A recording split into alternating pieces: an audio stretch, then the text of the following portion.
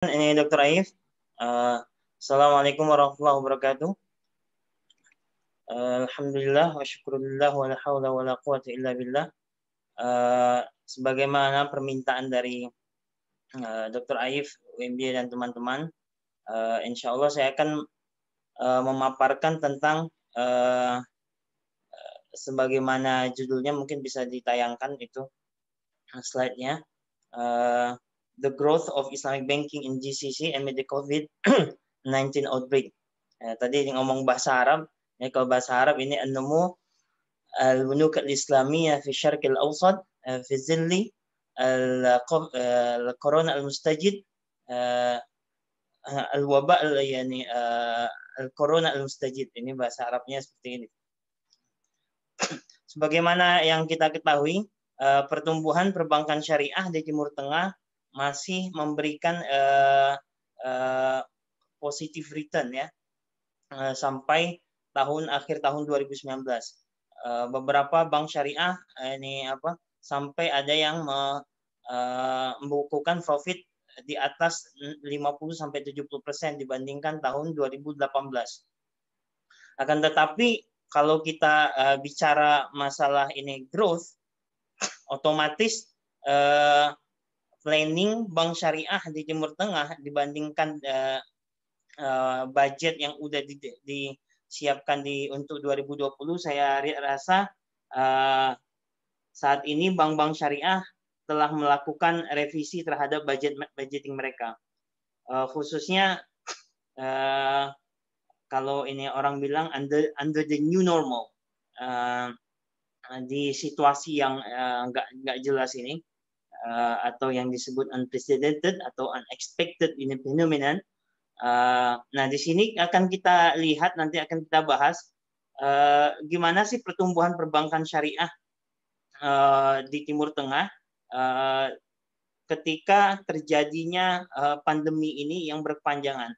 Ini kalau sudah kita lihat di Timur Tengah, itu mulanya waktu Maret, ya, akhir Maret, ada yang awal April, itu masuk di Timur Tengah. Ini udah 3 bulan.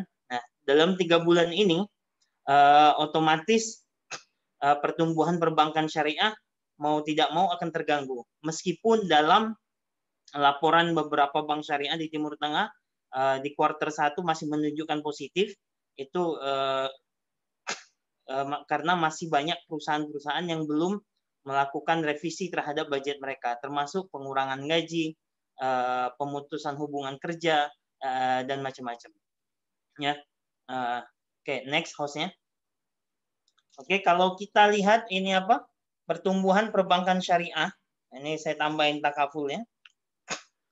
Pertumbuhan perbankan syariah dengan ini bank konvensional, khususnya karena rata-rata di Timur Tengah bank syariah ini punya bank induk. Ya, meskipun beberapa bank syariah memang udah tumbuh sejak lama, seperti Dubai Islamic Bank, mereka tersendiri ini dalam ini operasionalnya. Tapi atau Al-Rajhi. Tapi rata-rata bank syariah lain itu mereka menginduk kepada bank induk, ya. Kecuali ini negara Timur Tengah yang memang asalnya mereka udah konversi dari konvensional ke bank syariah, misalnya. Oke. Tapi kebanyakan bank-bank syariah ini memiliki bank induk. Makanya ini kalau kita lihat chartnya, ini antara pertumbuhan bank syariah dan bank konvensional itu tidak terlalu mencolok. Ya. Paling perbedaan mereka itu cuma 1%.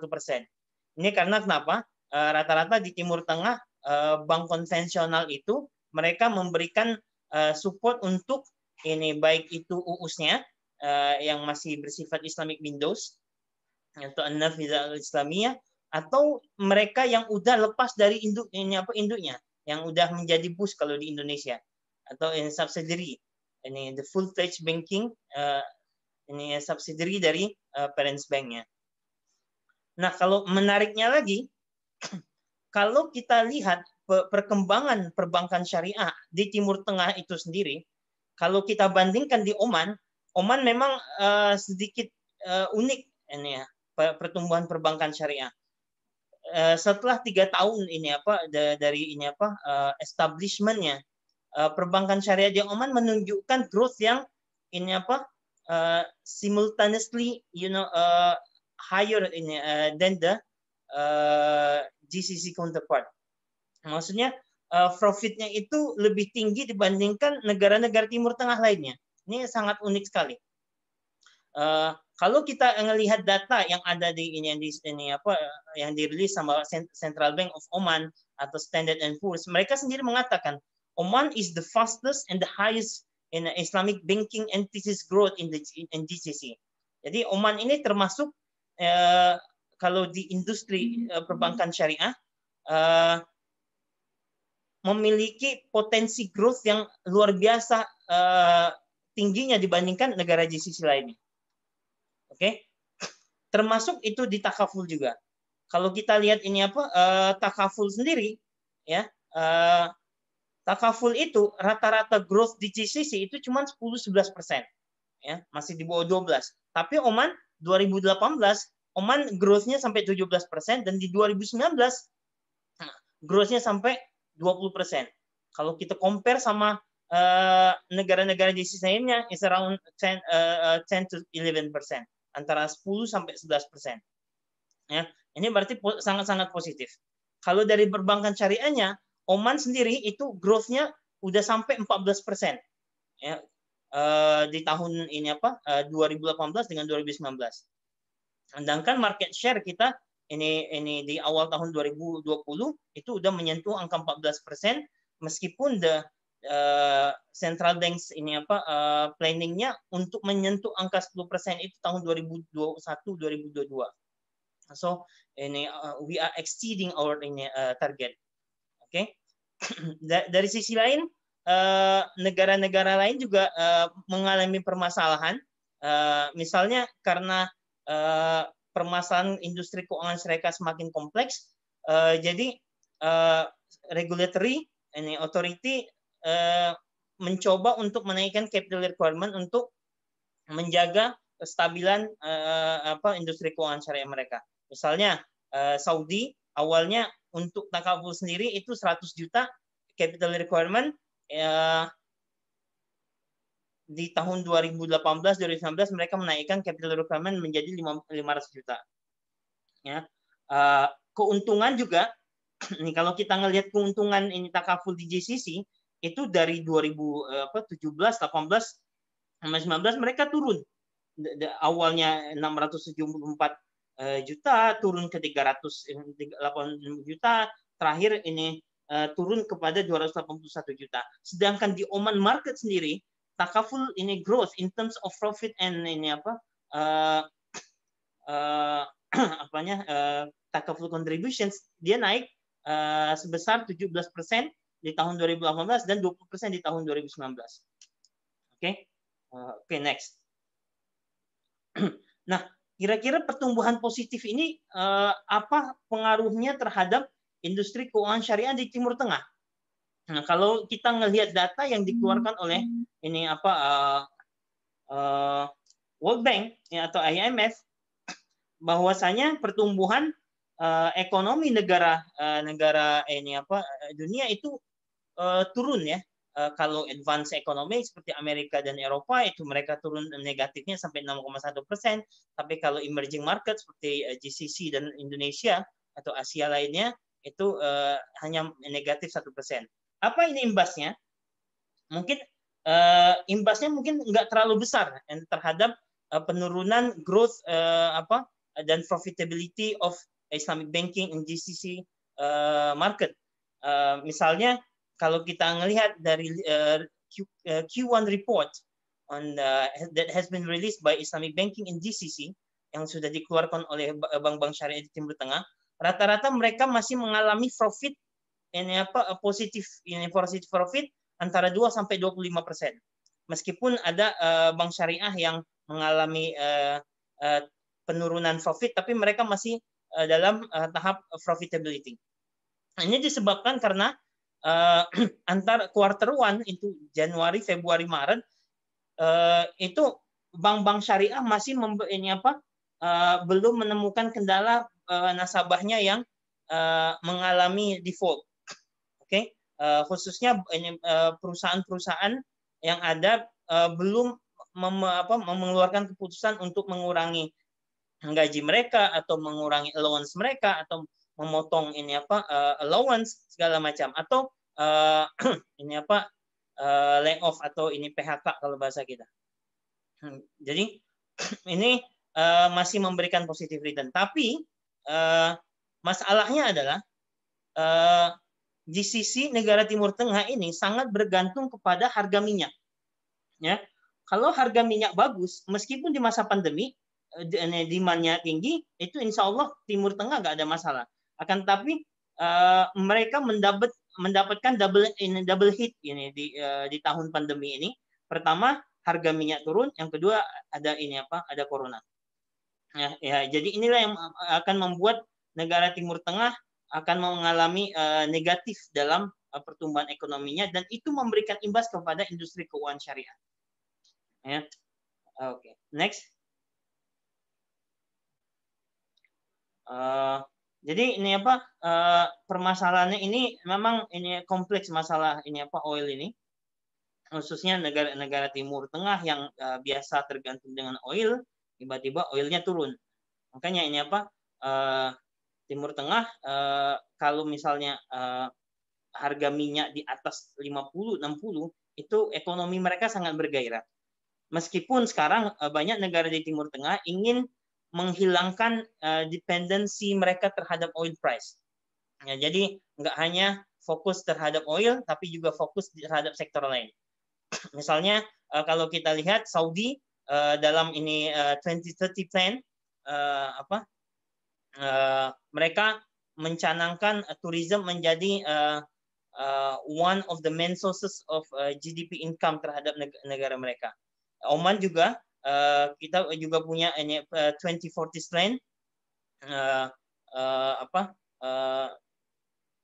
tourism menjadi salah satu target dari pemasukan income negara. Jadi nggak fokus terhadap minyak saja, karena ini melihat tidak stabilan minyak ini terhadap ekonomi membuat negara Timur Tengah mulai berpikir ini hal lain, sehingga ketika harga minyak turun mereka masih mendapatkan sources of income dari sektor lainnya.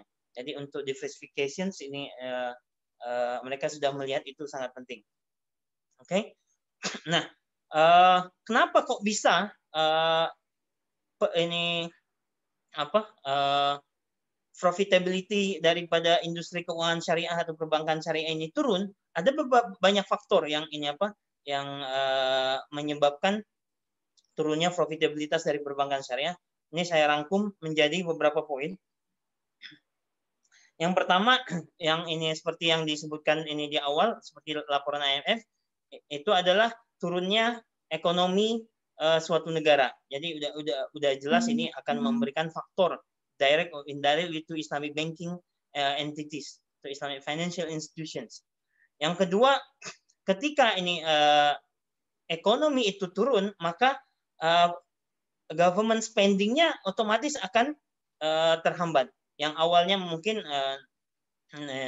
negara akan spend let's say 100 billion real for example, itu mereka nggak akan mengeluarkan spending sebesar itu karena ini income turun. Mungkin yang awalnya 100 miliar ini real, akhirnya mereka turunkan menjadi 90, dan ini akan memberi imbas kepada sektor-sektor lainnya yang khususnya yang berhubungan langsung dengan pemerintah, misalnya proyek-proyek pemerintah, proyek infrastruktur pemerintah dan segala macamnya. Dan yang lebih ini menarik lagi, di Timur Tengah ini biasanya pemerintah itu banyak menggandeng perusahaan-perusahaan untuk mengerjakan proyek mereka. Jadi ketika pemerintah income ini turun, biasanya pemerintah ini di Timur Tengah ini ketika membayar mereka agak-agak telat. Itu yang menyebabkan perusahaan-perusahaan akhirnya telat juga mereka melunasi tanggung jawabnya kepada industri perbankan syariah. Oke. Nah, ketika ini government spending-nya decrease, otomatis unemployment rate will increase. Jadi otomatis PHK pasti akan naik. Yang awalnya kemarin mungkin rate-nya sekitar 2 sampai 5%. Nah, sekarang rate-nya udah mulai 6, 7, ada bahkan sampai ada yang 10%. Ya. Nah, ketika unemployment rate increase, otomatis bank akan terkena dampaknya. Bagi nasabah-nasabahnya yang bekerja di sektor yang berhubungan langsung dengan pemerintah, beberapa dari mereka akan kena layoff atau ini di PHK. Nah, ini akan menyulitkan industri perbankan syariah juga. Tapi kalau nasabah yang gajinya itu diturunkan atau allowance-nya ditiadakan, mereka masih punya gaji pokok, otomatis mereka bisa mengajukan rescheduling atau restructuring terhadap perbankan syariah. Akan tapi ini juga tidak terlalu menguntungkan bagi perbankan syariah saat ini, karena kenapa? Secara regulatory Bank Sentral ini di Timur Tengah sudah mengeluarkan sirkular atau ini di Indonesia biasa kita sebut NSE, surat edaran Bank Sentral, menyebutkan bahwasanya dalam memberikan fasilitas rescheduling, restructuring atau refinancing, you are not allowed to increase the price, ya.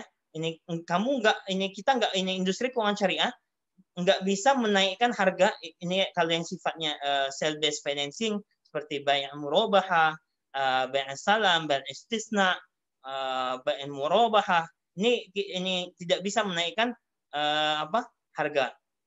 Untuk yang sifatnya ijaro based financing yang ada instrumen rentalnya atau sewanya seperti ijaro muntahiyah bitamlik, ijaro sumal bai' atau ini al-musyarakah al-mutanaqisah, itu kita ini secara syar'i itu boleh kita mereview atau merevise rental rate kita, tapi based on regulatory perspective, we are not allowed to do that, right? Jadi kita nggak boleh menaikkan rental, bahkan untuk di sektor rental sendiri itu bahkan landlord sudah menurunkan beberapa harga sewa mereka supaya tenants mereka yang terkena dampak terhadap pandemik itu masih bisa membayar sewa mereka kepada tuan rumah. Nah, yang paling penting ini, ketika ini masalah ini semua, kita akan menghadapi masalah liquidity issues, of course, ya. Karena ketika liquidity masalah, maka ini pertumbuhan perbankan syariah agak sulit untuk bergerak. Mereka agak sulit untuk ekspansi. Jadi ketika bank syariah agak sulit ekspansi, nggak punya modal, maka ini otomatis profitability rate-nya itu akan turun sedemikian rupa. Ya. Oke, next. Nanti ini insya Allah akan kita jelaskan ini dalam diskusi. In terms of rescheduling, restructuring, and refinancing. Jadi ada beberapa ini stage yang harus kita lihat di sini.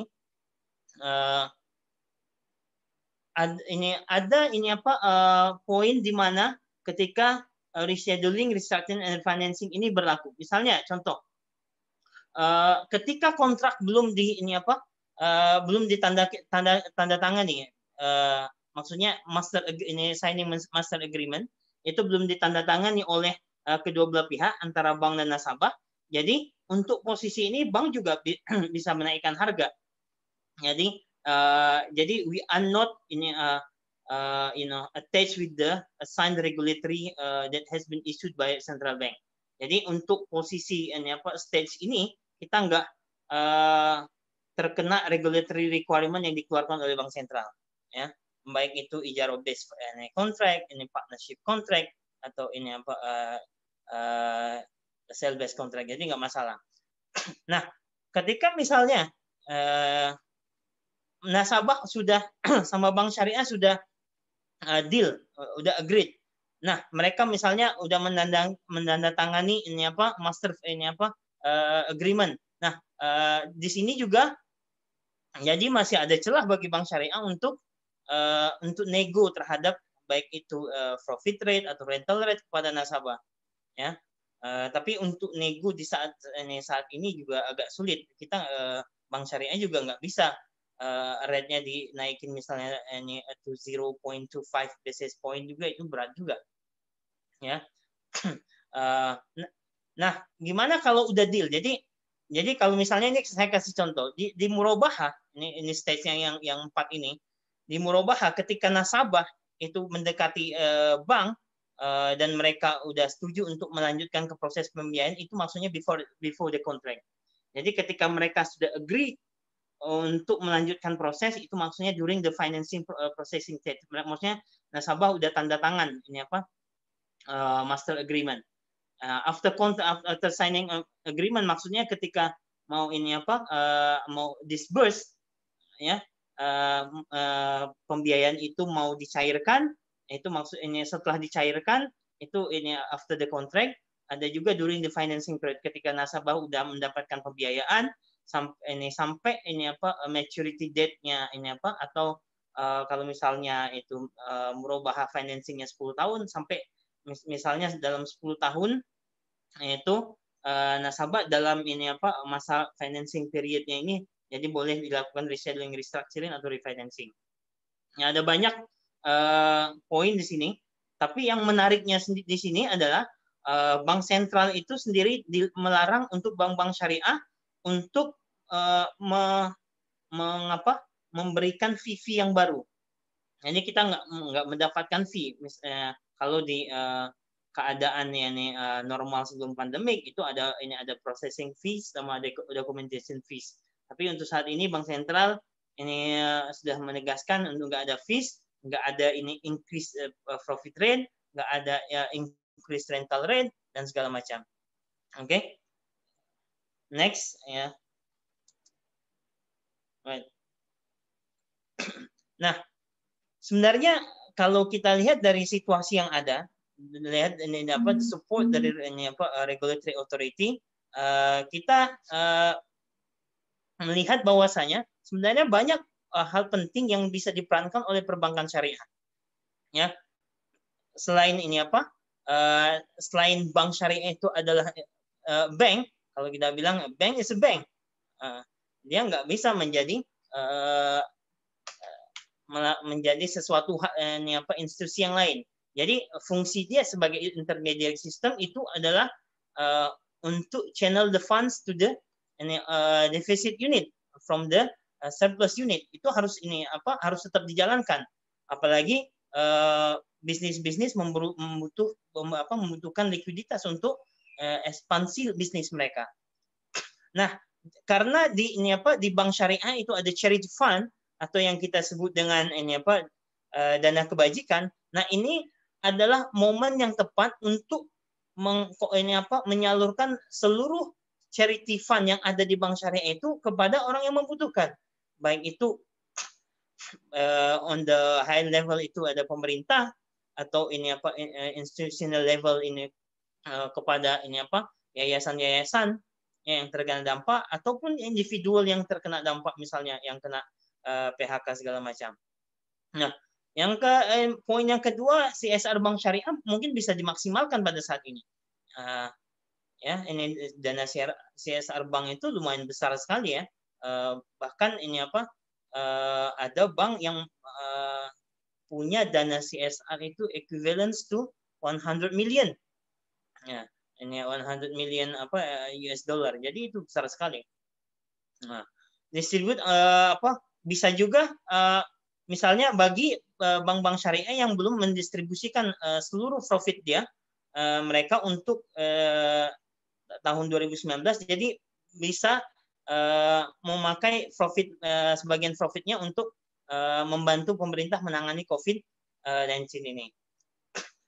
Tapi poinnya di sini adalah bank syariah juga harus memperhatikan proficiency mereka dan juga credit buffer dan juga profit margin untuk tetap stabil dalam operasionalnya.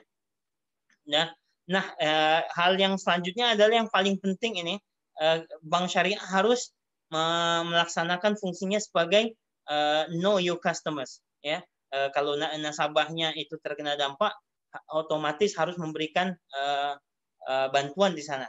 Ini baik bantuan secara moral atau non moral. Nah, ini juga menjadi catatan penting bagi bank syariah ketika di masa pandemik ini. Memang ini kalau kita bank syariah ini adalah bank ya yang tujuan utamanya adalah profit maximization. That is normal for profit making companies. Bank ada, dan mereka juga harus memberikan profit kepada nasabah mereka, dan mereka juga harus memberikan profit untuk shareholders mereka. Nah, untuk masa pandemi ini itu tidak hanya menjadi titik poin bagi bank syariah untuk maju, tapi harus juga memberikan social impact terhadap keputusan-keputusan yang sudah diambil. Dan yang terakhir, karena bank syariah ini otomatis sudah mengeluarkan banyak effort untuk memerangi pandemik ini, bank syariah bank syariah juga bisa memaksimalkan stimulus package yang dikeluarkan oleh bank sentral. Ya, yang terakhir ini saya akan highlight saja. Nanti kita akan bahas dalam diskusi. Dewan Syariah Dewan Syariah Board, yang baik itu on the central banks level, authorities level, atau di institutional level, atau di level bank di level bank syariah, itu sudah mengeluarkan fatwa bahwasanya ini adalah waktunya untuk memberikan kemudahan bagi nasabah yang mengalami kesulitan. Ya, ini yang seperti yang kita ketahui, karena usratin fanaziratun ila maisarah. Jadi kalau ada yang sulit, ada mengalami kesulitan, permasalahan dalam ini financial mereka, ini waktunya bank syariah mempraktekkan ini ayat Al-Qur'an Al-Baqarah yang 280 tadi, ya, memberikan kelonggaran. Misalnya dalam 3 bulan ini you don't need to pay anything, you don't need to pay installment. Bahkan kita sendiri di Timur Tengah rata-rata bank memberikan free 3 months installment kepada nasabah-nasabah retail dan corporate yang terkena dampak. Ya, ini itu jadi dalam 3 bulan you don't need to pay anything, you just need to focus on your business, ya, supaya bisa kembali profit lagi. Host, tolong ini slide-nya setelahnya. Ya, jadi ini juga telah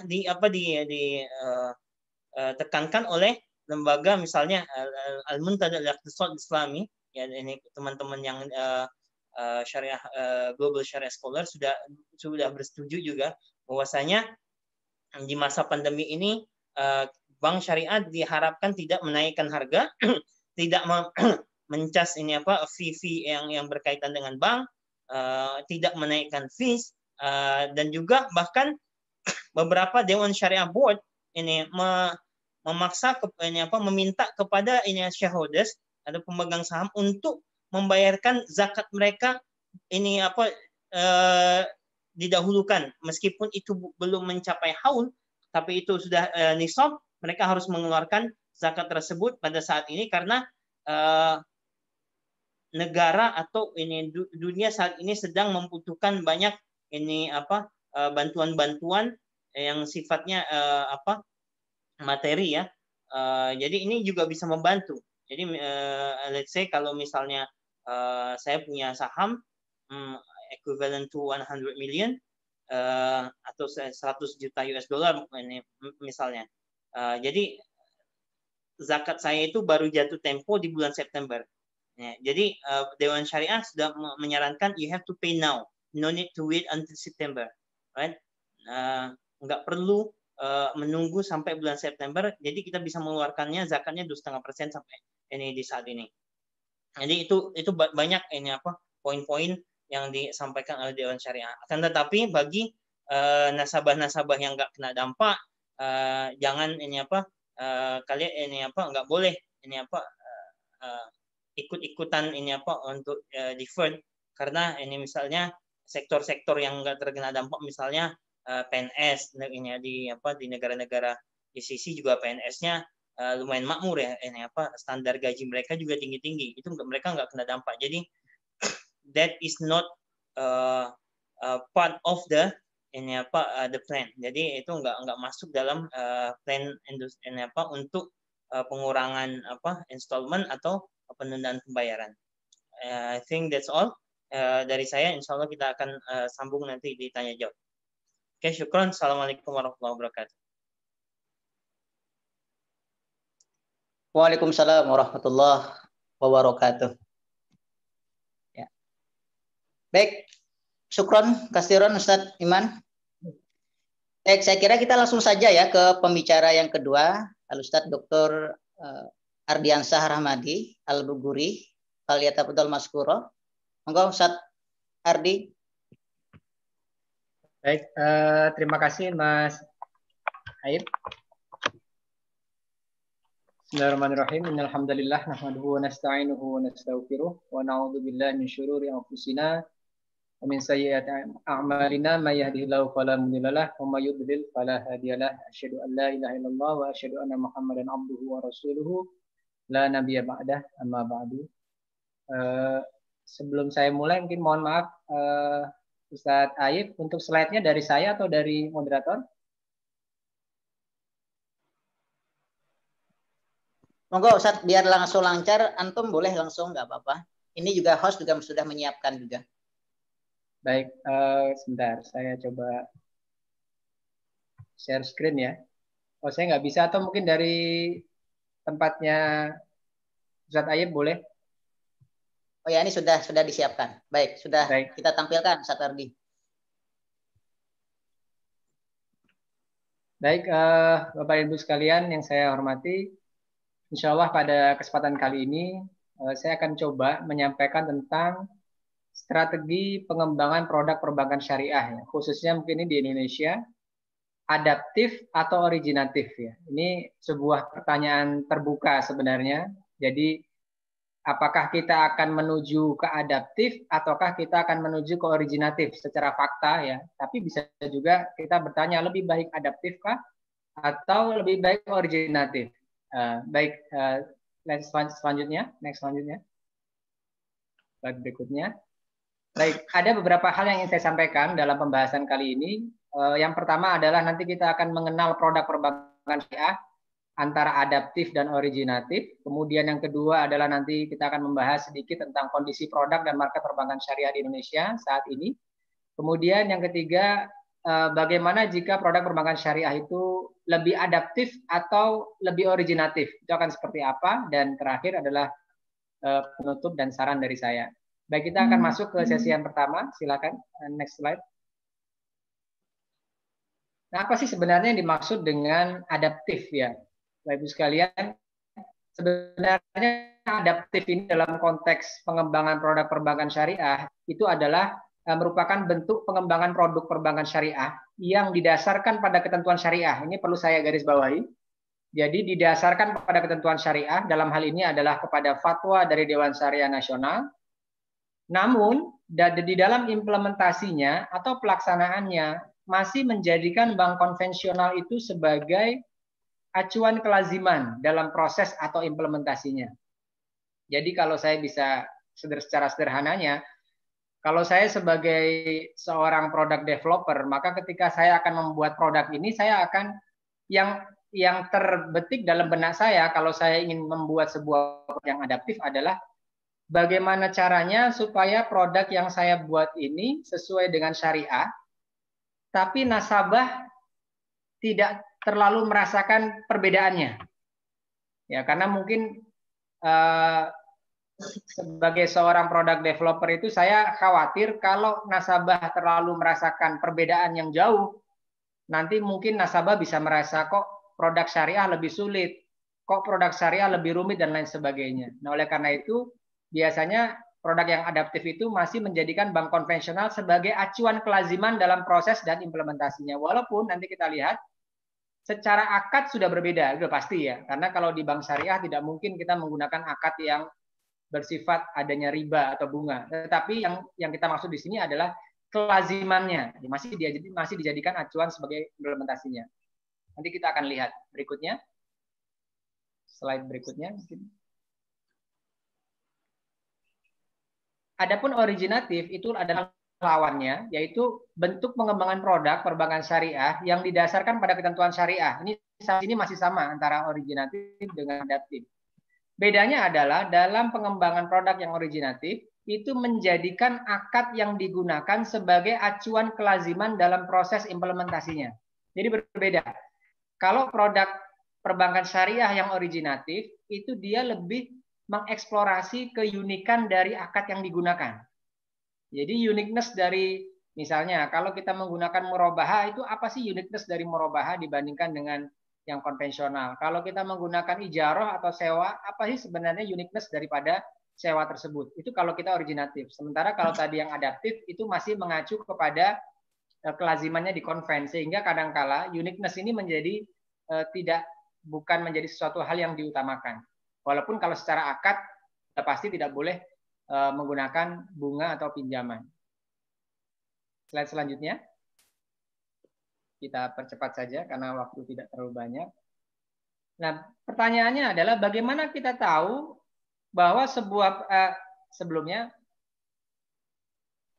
maaf, kita balik ke slide sebelumnya. Bagaimana kita tahu bahwa satu produk itu adaptif atau originatif? Nah, ini penting. Ya, kalau misalnya saya sebagai yang membuat produk, maka jelas saya akan tahu apakah ini produk adaptif atau originatif karena yang desain produk itu adalah saya. Tetapi kalau dari sisi nasabah itu bagaimana bisa tahu bahwa produk tersebut adaptif atau originatif? Agar kita tahu, maka kita perlu melihat ciri-cirinya karena baik adaptif maupun originatif itu sebenarnya ada ciri-ciri yang bisa kita lihat dan bisa kita rasakan baik sebagai staf perbankan syariahnya maupun kita sebagai nasabahnya. Slide selanjutnya. Nah, yang pertama ya, terus baik, ada 4 ciri untuk produk adaptif, Bapak Ibu sekalian. Karena memang produk adaptif itu didesain dengan menjadikan produk konvensional itu sebagai sebuah kelaziman atau sebuah urf ya bahasa fikihnya, sebagai sebuah urf atau adah, maka memang produk adaptif itu didesain bagaimana untuk tidak memberikan bank dan customer experience yang berbeda dengan bank konvensional. Akadnya jual beli, betul. Tapi bagaimana caranya dalam proses jual beli itu nasabah tidak terlalu merasakan perbedaannya dengan yang di konvensional. Ya. Jadi itu ciri yang adaptif. Yang kedua, karena memang menjadikan produk konven itu sebagai sebuah kelaziman, maka dampaknya adalah seringkali produk yang adaptif itu adalah lebih kompleks dalam proses implementasinya. Jadi kalau misalnya saya mau berjalan dari titik A ke titik B, itu kalau sebenarnya sih lurus saja sampai begitu ya. Tapi kalau saya menggunakan pola adaptif, maka saya tidak akan berjalan lurus. Saya harus muter dulu. Ya, saya akan menikung terlebih dahulu, kemudian sampai pada titik B. Tapi akan berbeda nanti kalau originatif. Kalau originatif itu langsung saja jalan ya, sesuai dengan jalur lurusnya. Jadi tidak akan berbelok terlebih dahulu. Nah, konsekuensi dari berbelok itu akan menjadikan produk dari perbankan syariah yang adaptif itu akan nampak lebih kompleks dalam proses implementasinya. Nanti saya akan berikan contohnya. Kemudian yang ketiga, karena dia lebih kompleks dalam proses implementasinya, maka potensi terjadi kekeliruan dalam implementasinya lebih besar.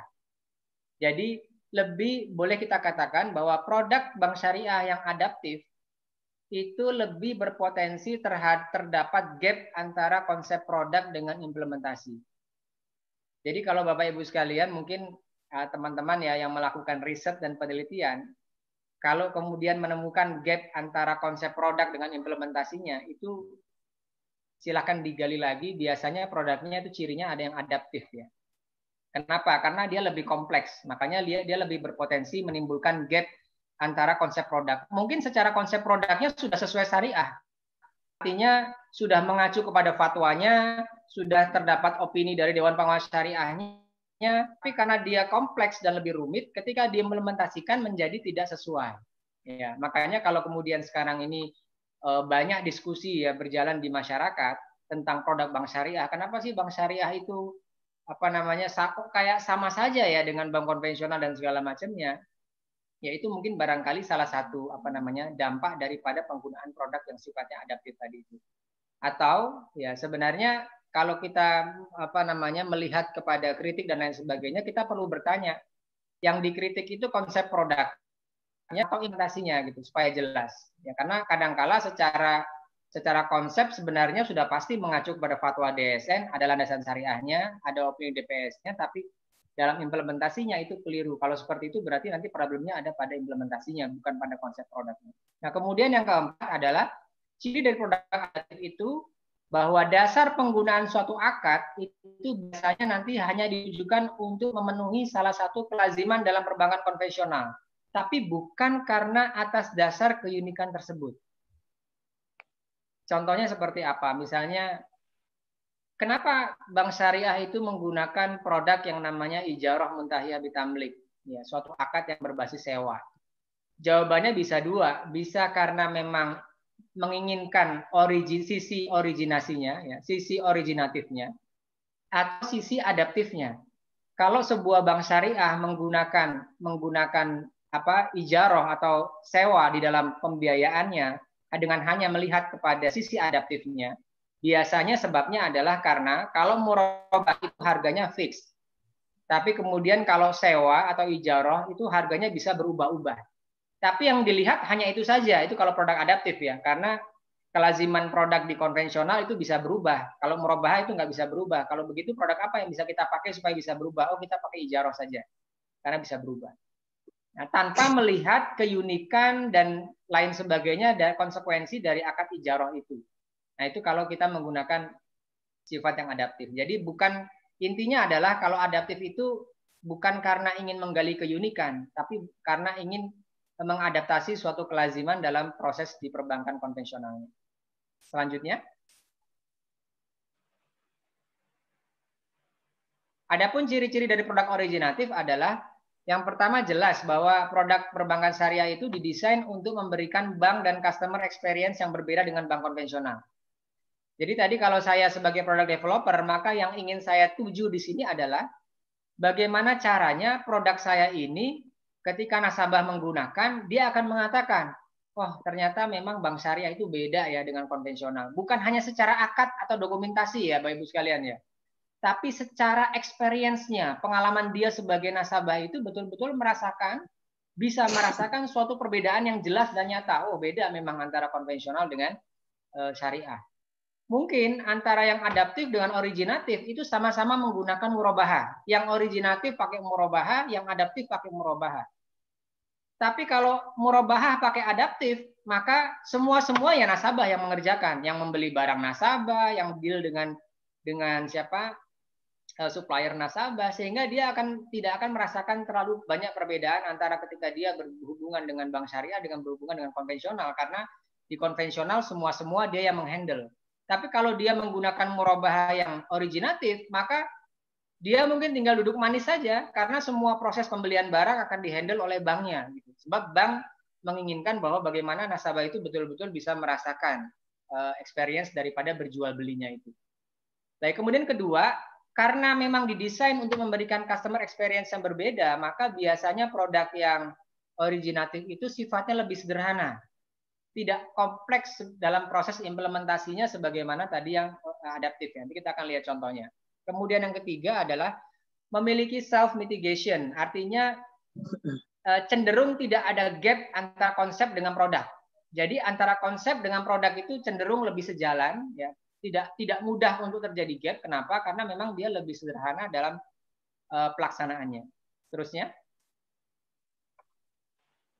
Kemudian terakhir, ciri dari originatif adalah dasar penggunaan suatu akad itu didasarkan daripada keunikan dan kekhasan dari akad tersebut. Jadi bukan semata-mata karena kelaziman di bank konven, tapi karena keunikannya. Ya. Barangkali dari sini saja, kalau Bapak Ibu bertanya kepada saya, barangkali sebenarnya bank syariah itu nggak perlu punya banyak produk yang macam-macam ya, nggak perlu pakai MMQ, nggak perlu pakai IMBT, cukup murabahah saja, asal seluruh keunikan dari murabaha itu betul-betul dikeluarkan potensinya, uniqueness-nya. Ya, sehingga nasabah itu nggak akan mau lagi dia berpaling dari bank syariah. Kenapa? Karena yang unik itu nggak bisa dipenuhi oleh bank konvensional ya dalam hal ini. Bukan hanya sekedar dokumentasi akadnya saja ya, tetapi juga prosesnya ini yang paling penting. Terus, ya, next. Apa contohnya? Saya akan memberikan contoh. Terus, mungkin bisa digambarkan dalam satu ya, baik. Ini murabahah 1, Bapak Ibu sekalian, di mana nasabah datang menginginkan untuk membeli barang ya. Apa yang dia lakukan? Pertama, dia akan mengisi formulir pemesanan barang dan janji beli. Kemudian setelah itu Bank Syariah akan memberikan persetujuan, offering letter. Kemudian bersamaan dengan itu dia akan memberikan wakalah atau kuasa. Apa tujuannya daripada kuasa ini? Tujuannya agar si nasabah itu bisa membeli barangnya. Ya. Ini biasanya ciri dari produk yang adaptif.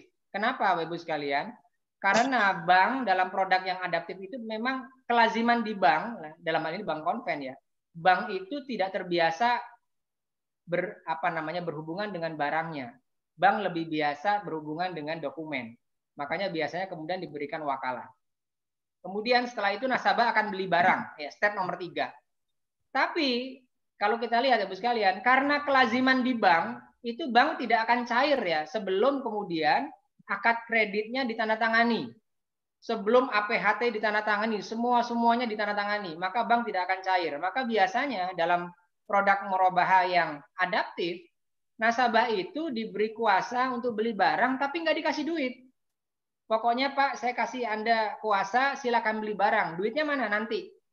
Jadi nasabah itu akan beli barang dengan cara berhutang dulu kepada supplier. Karena nanti setelah akad murabahah dilakukan, baru banknya akan bayar ke suppliernya. Kemudian yang keempat, baru setelah beli barang, kemudian serah terima penguasaan atas barang. Lalu yang kelima, baru setelah itu akad murabahah. Kemudian keenam, nah setelah akad murabahah dilakukan, baru kemudian bank akan melakukan pembayaran. Kenapa seperti ini skemanya? Karena inilah yang kelaziman yang sering terjadi, kelaziman yang berlaku di perbankan seperti ini. Ya.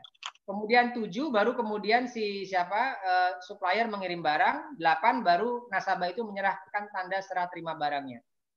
Ini Bapak Ibu sekalian, murabahah 1 ini adalah merupakan contoh dari produk murabahah yang adaptif. Sekarang kita lihat murabahah yang originatif. Next slide. Proses nomor 1 sama, mengisi formulir pemesanan barang dan janji beli. Begitu sudah menerima janji beli dari nasabah, maka bank akan langsung beli barang dan bayar ke supplier. Itu nomor 2. Beli barang, selesai. Si supplier akan mengirimkan barang dan serah terima fisik barang kepada bank di tempat yang ditunjuk. Ini terserah di mana dikirimnya, serah terima di mana. Setelah itu kemudian baru bank dan nasabah berakad murabahah. Sehingga pada saat akad murabahah dilakukan, itu nasabah sudah melihat barangnya ada di depan mata dia, ya, sudah di depan kantornya, itu sudah ada. Kemudian yang nomor 5, serah terima barang dan tanda serah terima dari bank kepada nasabah. Di sini kalau kita lihat murabahah 2 ini sangat-sangat simpel ya, sangat-sangat simpel. Apakah Bank Syariah bisa melakukan murabahah 2? Bisa, bisa. Dan sekarang ini sudah ada bank syariah yang bisa melakukan seperti ini ya, tidak, dan secara undang-undang, peraturan hukum dan lain sebagainya ini sudah tidak ada permasalahan. Selanjutnya selanjutnya. Baik, tadi kita mengatakan bahwa dalam produk yang adaptif itu potensi gapnya banyak. Ini yang saya lingkari Bapak Ibu sekalian, yang saya lingkari itu adalah potensi di mana gap itu bisa terjadi. Jadi dari total 8 step murabahah yang adaptif, itu hampir di semua step itu potensi terjadi gap. Artinya apa? Potensi di mana ada ketentuan syariah yang tidak dipenuhi. Contoh misalnya, nasabah mengisi formulir pemesanan barang, janji beli, ya. Kemudian biasanya boleh jadi kalau yang namanya adaptif itu boleh jadi barang itu nanti sudah dibeli terlebih dahulu oleh nasabah. Bisa jadi, ya kan, karena dalam pola yang adaptif itu bank tidak akan berhubungan dengan barangnya, dia hanya berhubungan dengan dokumen. Sehingga ada potensi begitu nasabah datang, sebenarnya posisi barang itu sudah dibeli oleh nasabah. Padahal kalau murabahah, barang itu belum boleh dibeli oleh nasabah terlebih dahulu. Kemudian yang kedua, pada saat pemberian persetujuan dan wakalah, seharusnya wakalah itu diberikan di depan. Tapi di mana potensi penyimpangannya? wakalah itu kemudian digabungkan dengan akad murabahah. Jadi nomor 2, nomor 5 digabung. Begitu akad murabahah mau dilakukan, tanda tangani termasuk wakalah. Nah, ini berarti kita menggabungkan dua akad yang saling bertentangan. Kenapa? Karena tidak mungkin nasabah itu bertanda tangan wakalah sekaligus murabahah. Kalau begitu berarti nasabah belum beli barangnya. Ya, karena wakalahnya saja belum diberikan kan? Ya. Ini potensi penyimpangannya bisa terjadi seperti itu. Kemudian misalnya yang nomor 4, nomor 3 beli barang. Kalau nasabah suruh beli barang, nggak dikasih duit, ya nasabah suruh beli barang tapi nggak dikasih duit, berarti potensi terjadi side streaming itu besar sekali gitu. Karena bank juga tidak melihat langsung kepada barangnya, bank hanya terima dokumen. Sehingga nanti pada saat poin nomor 8, yang diserah terimakan oleh nasabah kepada bank itu bukan kwitansi, bukan kwitansi yang artinya hanya sekedar boleh jadi asli tapi palsu, artinya tidak ada barang yang dibeli sebenarnya. Kemudian yang poin nomor 4 yang saya lingkari, itu juga bisa terjadi penyimpangan. Di mana?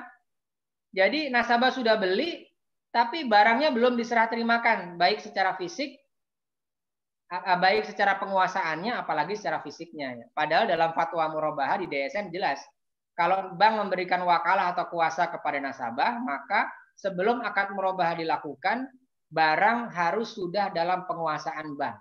Nah, ini kalau dalam pola yang seperti ini boleh jadi itu tidak dilakukan. Kemudian poin nomor 7, ya bisa jadi kalau dia side streaming, barangnya memang nggak pernah dibeli, nggak pernah diberikan. Toh banknya tidak melakukan pengecekan, dia hanya melihat kepada dokumen saja. Nah, itu potensi pelanggarannya itu banyak. Selanjutnya, berbeda dengan murabahah yang ada yang originatif.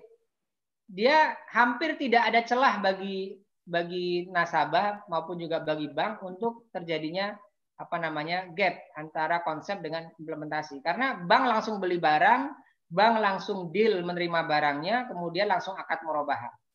Ya, pelanggaran di sini akan terjadi hanya kalau semua pihaknya itu sudah bersepakat untuk melakukan fraud. Nah, itu baru ada pelanggaran. Tapi kalau tidak, rasanya akan sangat sulit terjadi gap antara konsep dengan implementasinya. Next slide. Baik, sekarang kita akan melihat pada kondisi produk dan market perbankan syariah di Indonesia. Tadi kita sudah mengenal perbedaan antara produk yang originatif dengan produk yang adaptif. Sekarang bagaimana kondisi produk dan market ya yang ada di perbankan syariah Indonesia? Selanjutnya. Ya, kira-kira sekarang ini posisinya produk-produk bank syariah itu lebih adaptif atau lebih originatif? Ya, sehingga nanti kita akan menjawab lebih baik mana, lebih baik adaptif atau lebih baik originatif. Ya. Selanjutnya. Baik, untuk menjawab itu saya ingin melihat kembali kepada karena Bank Muamalat Indonesia yang pertama, maka saya sebut di sini ya. Tahun 91 berdiri, 92 mulai beroperasional. Kalau kita lihat di annual report tahun 2008, di situ visi Bank Muamalat masih dicantumkan. Sekarang mungkin sudah ada perubahan, tapi pada waktu itu masih dicantumkan.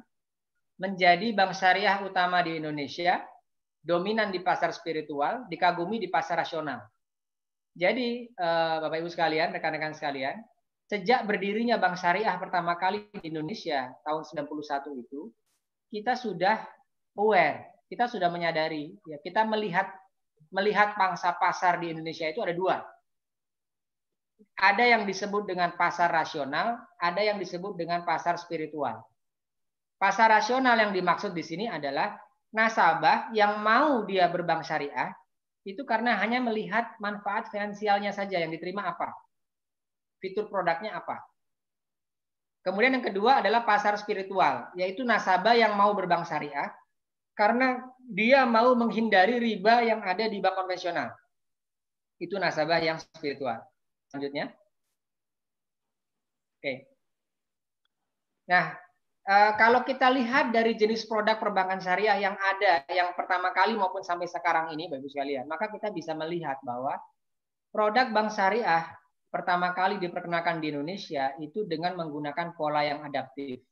Dan barangkali mungkin itu masih berlangsung hingga saat sekarang ini. Dari mana kita tahu? Pertama, misalnya kita lihat tabungan mudharabah. Fitur dari tabungan mudharabah itu satu, bisa ditarik setiap saat. Kedua, bersifat mutlaqoh, ketiga dikategorikan sebagai simpanan. Kalau kita bicara mudharabah, tidak lazim sebenarnya mudharabah itu bisa ditarik setiap saat. Karena namanya mudharabah itu secara originatifnya dia baru akan ditarik ketika proyek itu selesai. Ya, tapi kenapa tidak bisa ditarik setiap saat? Karena mengikuti kelaziman yang ada di perbankan. Dalam hal ini adalah yang sudah eksis lebih dahulu, yaitu bank konvensional. Kemudian, walaupun mudharabah itu sifatnya investasi secara akad, tapi kalau kita lihat tabungan mudharabah di Indonesia itu kategorinya simpanan, bukan investasi. Kemudian misalnya di pembiayaan murabahah, itu ada penggunaan wakalah, pembayaran oleh bank kepada supplier setelah akan ditandatangani murabah, setelah akan murabah ditandatangani dan lain sebagainya. Itu semua indikasi bahwa produk perbankan syariah ketika diperkenalkan pertama kali di Indonesia, termasuk hingga sekarang, itu sifatnya masih adaptif. Terus, next. Slide selanjutnya. Nah, Bapak Ibu sekalian, bagaimana dengan kondisi pasar spiritual yang ada? Saat ini, Bapak Ibu sekalian, kalau kita cermati perkembangan di masyarakat, pasar spiritual kita itu terbagi dari 3. Satu, pasar A, kita sebut ya. Pasar A itu berisi nasabah yang tetap mau berbank syariah, walaupun produknya adaptif sifatnya. Kenapa? Karena demi menghindari riba yang ada di bank konvensional. Jadi dia masih menerima produk yang adaptif. Ini ciri dari pasar A. Pasar B adalah nasabah yang tidak mau berbank syariah. Bukan karena apa-apa, tapi karena bank syariah dianggap masih menggunakan produk yang adaptif. Dan produk yang adaptif itu dianggap sebagai ketidakkonsistenan dari bank syariah. Karena masih berkiblat kepada konven. Sehingga jenis nasabah yang ada di pasar B ini dia tidak mau membuka rekening syariah biasanya. Kecuali untuk produk-produk yang adaptif saja, yang originatif. Maaf. Kemudian pasar C adalah nasabah yang tidak mau berbank syariah karena belum mengetahui. Jadi dia nggak mau itu karena belum mengetahui. Artinya kalau dia kita edukasi, boleh jadi dia akan langsung pindah ke syariah kalau dia sudah tahu. Slide selanjutnya. Nah, yang menarik adalah Bank Indonesia itu pernah mengeluarkan sebuah penelitian tentang potensi dan preferensi dari perilaku masyarakat terhadap bank syariah di Pulau Jawa. Jadi ini menarik sebenarnya Bapak sekalian, dan ini relevan dengan pembicaraan kita pada pagi hari ini. Dari penelitian yang ada di wilayah Jawa Barat diperoleh informasi bahwa masyarakat non nasabah bank syariah, berarti belum nasabah ya, yang diberi penjelasan sistem produk dan jasa serta kehalalan bank syariah itu punya kecenderungan yang kuat untuk memilih bank syariah. Ya. Namun sebaliknya, nasabah yang belum tahu dikasih tahu itu dia pengen pindah ke bank syariah. Tetapi sebaliknya, nasabah yang telah menggunakan jasanya bank syariah, sebagian justru punya kecenderungan untuk berhenti dari nasabah. Nah, ini gimana caranya nih? Jadi yang sudah jadi nasabah justru punya kecenderungan untuk berhenti jadi nasabah. Antara lain, boleh jadi karena kualitas pelayanan yang kurang baik atau karena keraguan akan konsistensi penerapan prinsip syariah. Sebenarnya dengan kata lain adalah nasabah-nasabah yang cenderung kemudian mau berhenti itu dia ragu dengan produk-produk yang sifatnya adaptif. Kenapa? Karena dia merasa kok tidak ada bedanya ya antara syariah dengan konvensional. Selanjutnya, slide selanjutnya berikutnya. Nah sekalian, kalau kita lihat data yang ada sekarang ini dengan pertumbuhan bank syariah, maka pasar A dan pasar B itu sama-sama tumbuh. Jadi pasar A yang berisi nasabah yang tetap mau berbank syariah walaupun pakai pola yang adaptif itu tetap tumbuh, dan pasar B pun juga sekarang semakin baik. Ya sebenarnya ini patut disyukuri ya Bapak sekalian ya, karena dengan semakin berkembangnya pengajian tentang bank syariah, maka ada kecenderungan nasabah-nasabah itu justru semakin menuntut bank syariah untuk mengeluarkan produk yang originatif, bukan lagi produk yang adaptif. Jadi tuntutannya sudah semakin naik. Sehingga selanjutnya,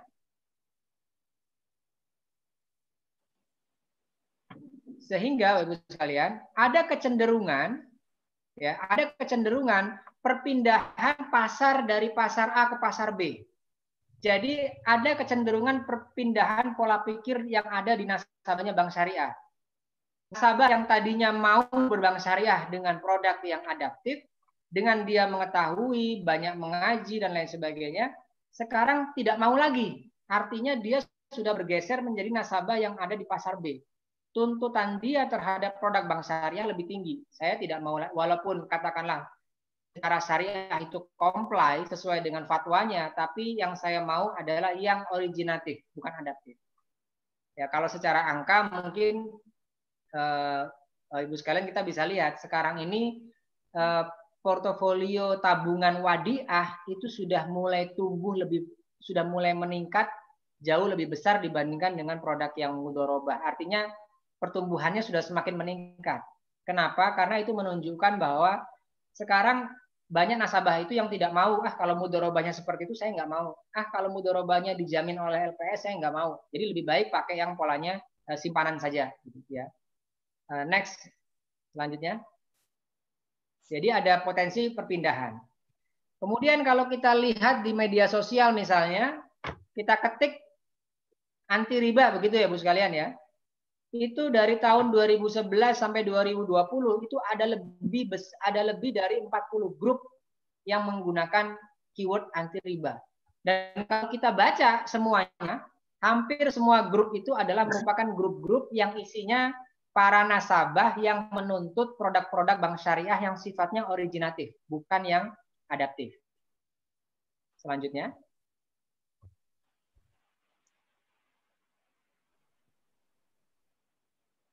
Nah, sehingga Ibu sekalian pertanyaannya bagaimana kemudian dengan bank syariah, kan begitu. Jadi kita lihat nasabah itu cenderung sekarang ini lebih menuntut yang originatif, terutama nasabah yang berada di pasar spiritual. Sementara bagaimana dengan bank syariah? Bank syariah itu lebih dengan adanya seperti fenomena seperti sekarang ini, apakah lebih adaptif atau bisa lebih bergerak ke arah originatif? Selanjutnya. Nah, Ibu sekalian, saya tidak akan mengungkapkan dari data keuangan, akan menunjukkan dari data fatwa yang dikeluarkan oleh DSN. Jadi istilahnya kita menggunakan literatur forensik. Jadi kita bisa melihat dari fatwa yang dikeluarkan itu kita bisa melihat bank syariah itu kecenderungannya adaptif atau originatif pada saat ini. Berikutnya, selanjutnya. Oke, yang saya maksud karena mungkin waktu sudah lebih agak siang, jadi mungkin ini saya skip dulu saja supaya lebih cepat. Baik, kita langsung masuk saja ke perkembangan fatwa. Ini saya ambil contoh misalnya produk tabungan mudharabah. Dari mulai tahun 2000 sampai 2018, Bapak Ibu sekalian. Kalau kita lihat fatwa ini, fatwa tentang tabungan, fatwa nomor 86 tentang hadiah dalam penghimpunan dana, fatwa tentang income smoothing, fatwa tentang akad mudharabah, dan fatwa tentang pedoman penjaminan simpanan, maka kita bisa melihat, Bapak Ibu sekalian, bahwa kecenderungannya saat ini masyarakat kita, bank syariah itu lebih adaptif produknya. Kenapa? Karena fatwa itu tidak keluar kecuali ada permintaan. Dan kita lihat dari mulai fatwa yang keluar dari tahun 2000 sampai dengan 2018 itu semakin memungkinkan bagi bank syariah untuk membuat produknya lebih adaptif, bukan lebih originatif, tapi lebih adaptif. Ya. Slide selanjutnya. Kemudian di produk pembiayaan juga hal yang sama. Kalau misalnya kita lihat fatwa tentang murabahah tahun 2000, fatwa IMBT tahun 2002, fatwa tentang refinancing 2013, fatwa tentang Jaro Mauswafizima 2016, maka kita bisa tahu bahwa fatwa itu lebih membuka peluang bagi bank syariah untuk membuat produk yang sifatnya adaptif. Dan jangan lupa di sini tadi bahwa fatwa tidak akan keluar kecuali karena ada pertanyaan. Nah, berarti dari sini kita bisa melihat selanjutnya, slide berikutnya. Dari sini kita bisa melihat bahwa sebagian bank syariah untuk dapat mengembangkan produk secara lebih adaptif itu semakin banyak, bukan semakin sedikit. Walaupun, Bapak sekalian, sekarang ini ada beberapa bank syariah yang juga sudah mulai mencoba mengembangkan produk yang sifatnya lebih originatif. Itu sudah mulai ada ya. Karena juga tadi ya, adanya tuntutan dari masyarakat sudah ada. Tapi nampaknya sebagian besar dari bank syariah ini masih menuntut untuk lebih mengembangkan produknya secara lebih adaptif. Dan dengan adanya fatwa-fatwa yang tadi itu, maka bank syariah itu lebih berpeluang untuk mengembangkan produk secara lebih adaptif ya ketimbang yang originatif. Selanjutnya, sehingga Bapak Ibu sekalian kalau kita lihat di sini ada semacam pertentangan ya. Di satu sisi bank syariah menghendaki lebih adaptif, di satu sisi sebenarnya pasar spiritual bank syariah itu lebih menghendaki yang originatif. Nah, jadi kayak ada. Lalu pertanyaan berikutnya adalah bagaimana kalau seandainya bank syariah itu tetap ngotot mengembangkan produknya dengan pola yang adaptif, bukan ke originatif. Perbankan syariah akan berhadapan dengan konvensional itu dalam satu pasar. Ya, ini yang kita sebut dengan red ocean market ya. Jadi bank syariah akan head to head dengan konvensional kalau kita tetap menggunakan produk yang adaptif. Kemudian berikutnya,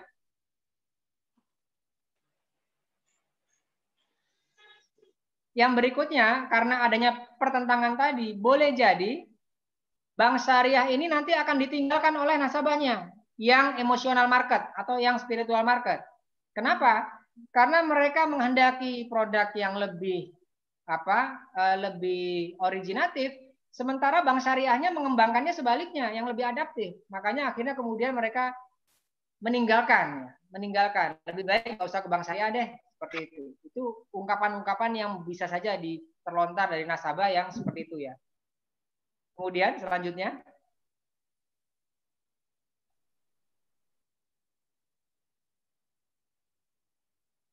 slide selanjutnya berikutnya. Nah, kalau kemudian bank syariah sebelumnya ya. Kalau syariah masih tetap ngotot untuk mengembangkan produk yang sifatnya adaptif, maka boleh jadi perbankan syariah itu akan sulit mencapai target pangsa pasar yang dikehendaki. Maka kalau ini analisa saya pribadi ya Ibu sekalian ya, kenapa sih bank syariah itu susah mencapai pangsa pasar yang 10% aja susah? Karena ya boleh jadi karena kita sekarang lebih suka mengembangkan produk yang adaptif. Kalau adaptif berarti kita akan head to head-nya dengan konven. Kalau kita berhadapan langsung dengan konven, rasanya mustahil bank syariah itu bisa mencapai bahkan melewati yang 10% tadi itu. Artinya kalau kita strict pada produk yang adaptif, boleh jadi target kita itu tidak akan tercapai, sulit ya rasanya. Oleh karena itu, saran yang saya ajukan di dalam presentasi ini, slide terakhir, adalah yang pertama, memang sebaiknya dan sudah seharusnya bank syariah itu fokus kepada pengembangan produk-produk yang sifatnya originatif. Ya. Boleh slide selanjutnya, slide yang paling terakhir. Ya, lagi, satu lagi. Sebelumnya. Ya, jadi sarannya adalah perbankan syariah saat ini harusnya fokus pada yang sifatnya originatif. Ya. Artinya yang adaptif itu ya sudahlah, itu sudah lewat ya, itu fase pertama dari perbankan syariah. Sekarang bank syariah harus sudah mulai naik kelas. Jadi sudah harus mulai memindahkan produknya dari adaptif menjadi originatif. Kemudian yang kedua, untuk meningkatkan pangsa pasar itu fokusnya harus kepada blue ocean market. Kalau kita mau masuk blue ocean market, maka produk yang harus ditawarkan adalah produk yang sifatnya originatif, bukan adaptif. Blue ocean di sini maksudnya bahwa memang bank syariah itu tidak lagi berkompetisi dengan bank konven. Karena memang bank konven itu bukan lawan kita. Kenapa? Karena memang kita berada di arena permainan yang berbeda. Ya, beda antara konven sama syariah itu beda. Sehingga tidak apple to apple untuk diperbandingkan dalam konteks market ya. Oleh karena itu lebih baik kita fokus pada blue ocean market di mana kita mengoffer produk-produk yang sifatnya originatif, maka dengan sendirinya pasar bank syariah itu akan masuk itu yang spiritual. Dan boleh jadi Bapak Ibu sekalian, boleh jadi pasar yang rasional itu pun akhirnya akan berpindah ke pasarnya bank syariah. Kenapa? Karena berpindah itu bukan karena melihat bahwa oh di bank syariah rate-nya lebih murah. Oh di bank syariah prosesnya lebih cepat, bukan. Tapi nasabah-nasabah bank konven itu akan melihat bahwa ada sesuatu yang unik yang ada di bank syariah, yang itu tidak bisa mereka dapatkan di bank konvensional. Maka oleh karena itu justru mereka, potensi dari mereka ini akan berpindah ke syariah itu juga akan lebih besar.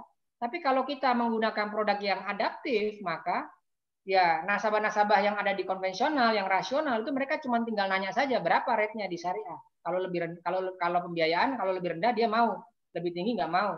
Kalau funding sebaliknya, berapa rate yang di syariah? Kalau lebih tinggi saya mau, kalau lebih rendah tidak mau. Itu kalau kita bicara yang adaptif nanti bersaingnya akan seperti itu. Tapi kalau kita menonjolkan yang originatif, maka boleh jadi nasabah konvensional itu akan mau berbank syariah karena fundingnya menarik ini karena bagi hasil.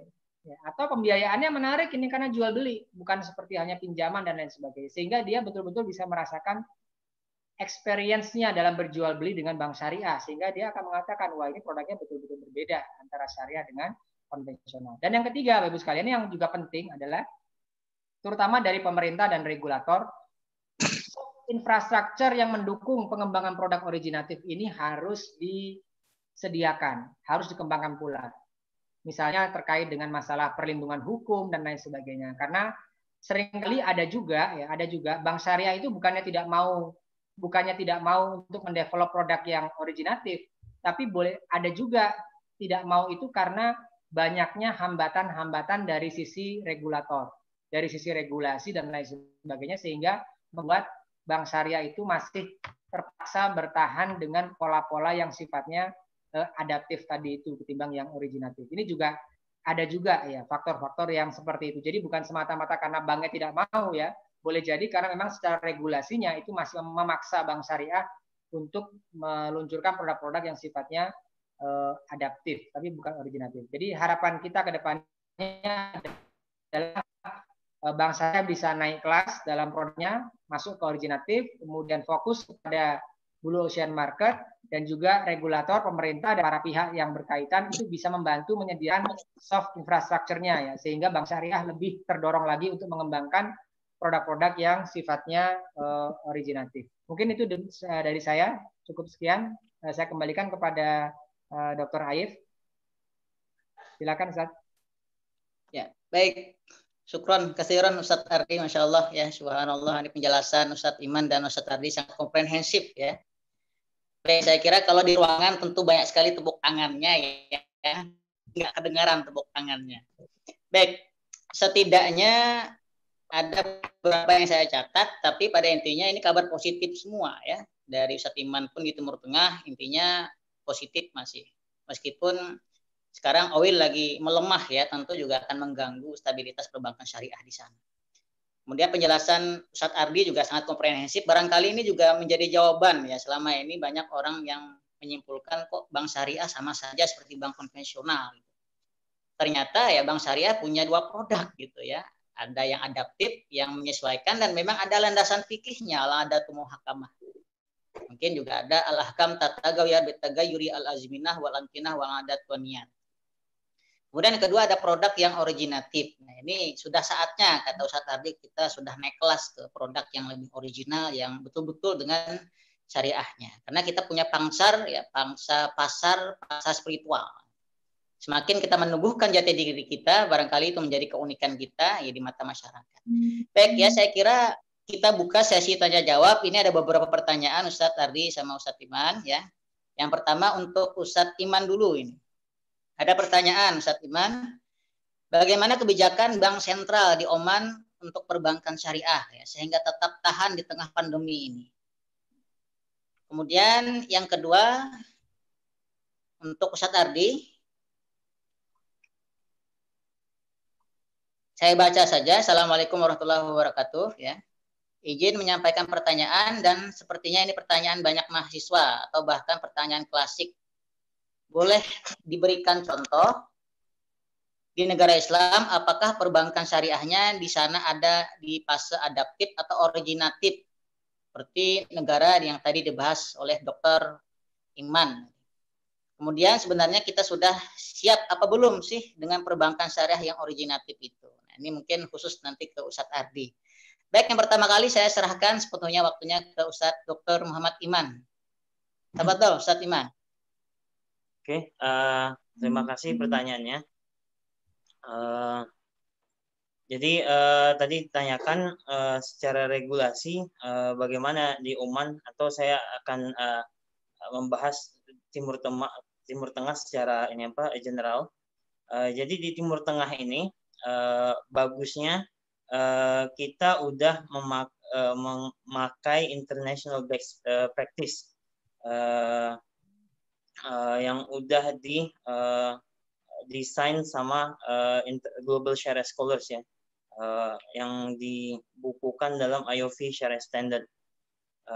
Jadi untuk itu kita udah nggak ada masalah soal ini apa permasalahan ini.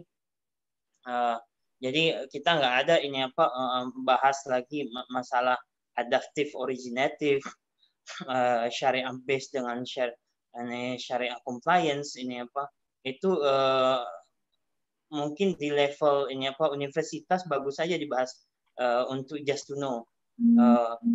Dari segi regulasi kita udah misalnya di Oman kita punya International Banking IBRF, Islamic Banking Regulatory Framework, yang membahas seluruh aspek perbankan syariah.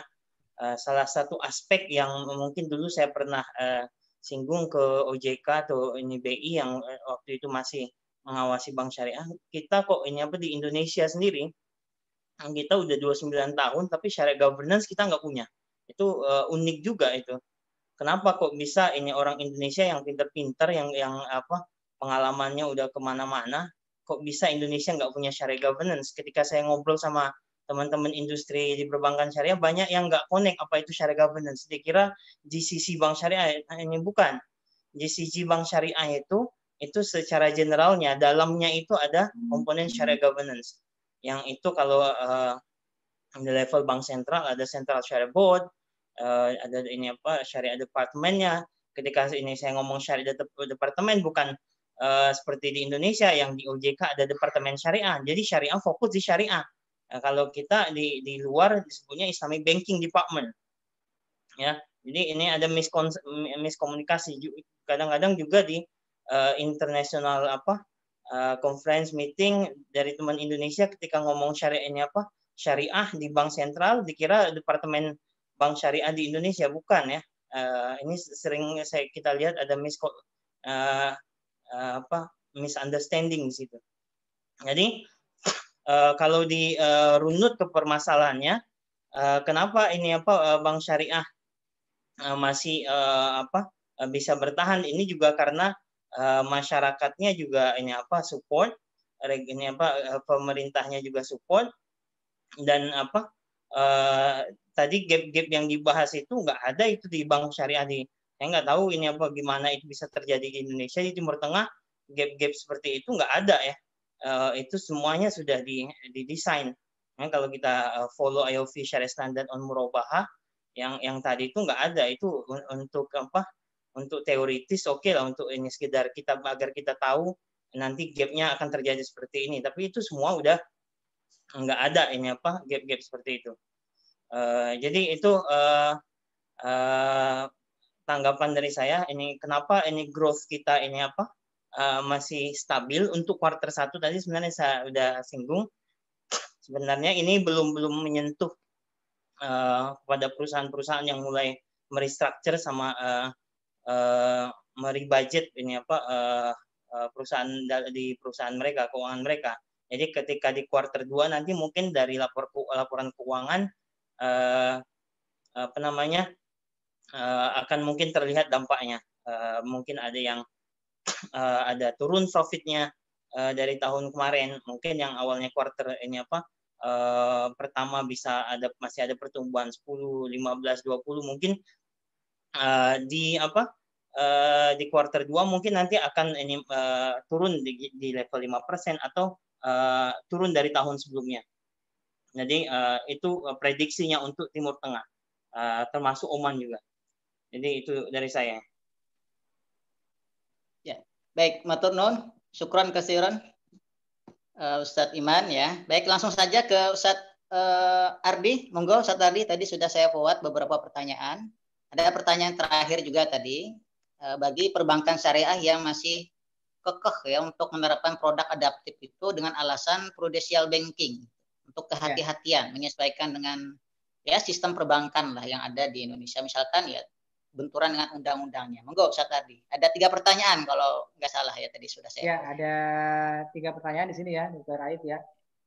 Baik, Ibu sekalian. Jadi saya ingin menggarisbawahi di sini bahwa sebenarnya kalau dilihat dari sisi syariah, apakah sebuah produk itu adaptif maupun dia originatif, itu dua-duanya secara konsep sudah comply, artinya sudah memenuhi ketentuan syariah karena pasti memiliki landasan fatwanya.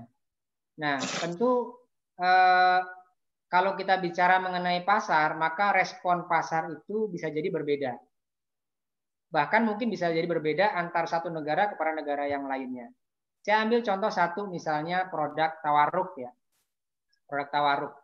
Produk tawarruk itu kan ya gampangannya produk yang bisa digunakan untuk memenuhi kebutuhan cash ya, kebutuhan uang tunai dari seseorang. Yang dia menggunakan polanya adalah jual beli ya. Bukan bedanya kalau inah itu adalah bolak-balik ya. Kalau rekan-rekan Bapak Ibu sekalian mengenal jual beli inah itu sifatnya bolak-balik, tapi kalau tawarruk itu sifatnya dia adalah 3 pihak. Sebenarnya tawarruk ini digunakan di seluruh dunia, walaupun ada beberapa negara yang memang tidak menggunakan, itu tergantung daripada kebijakan fatwa ataupun Dewan Pengawas Syariahnya. Tapi sebenarnya kalau bagi nasabah yang tidak menuntut, nggak masalah lah, yang penting produknya itu syariah, maka tentu itu tidak menjadi masalah. Dan itu boleh jadi memang berbeda antara satu negara dengan negara yang lain.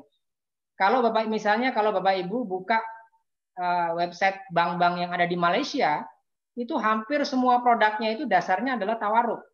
Ya, dasarnya adalah tawarruk.